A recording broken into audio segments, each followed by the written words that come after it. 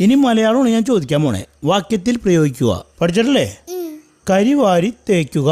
ഞാൻ അടുപ്പിൽ നിന്നും കരിവാരി എന്റെ മുഖത്ത് തേച്ചു.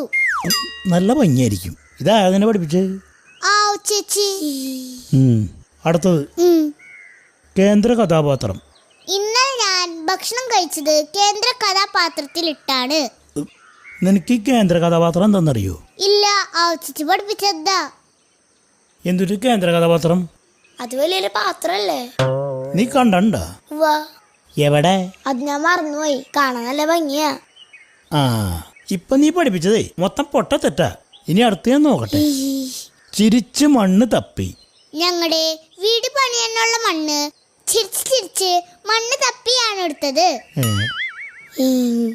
ശരിയാണ്. അത് എന്നെ കൊണ്ടൊന്നും പറയിപ്പിക്കരുത്. അടുത്തത് കിംവദന്തി.